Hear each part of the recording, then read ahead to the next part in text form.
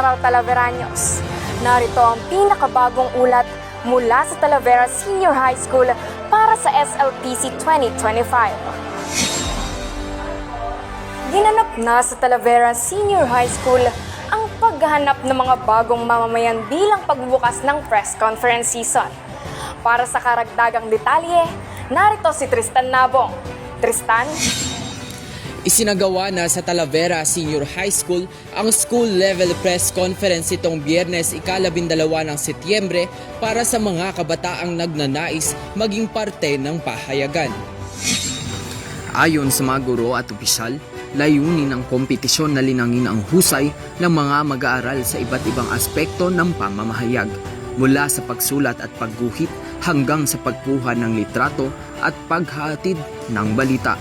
Bukod sa pagpamamalas ng husay ng mga kalahok, layunin din ng aktibidad na itaas ang antas ng kamalayan at pagkakaisa ng kabataan tungkol sa mahalagang isyu sa lipunan. Higit pa rito, itinuturing ang paligsahan bilang mahalagang pagsisimula ng press conference season. Ang mga nagwagi sa school-level press conference ang siyang kakatawan sa Talavera Senior High School sa Congressional District Schools Press Conference bilang sunod na yugto ng paligsahan. At yan lamang para sa Ulat Pangkabataan. Ako si Tristan Nabong, nakatutok para sa katotohanan. At yan ang kabuang ulat mula sa Talavera Senior High School.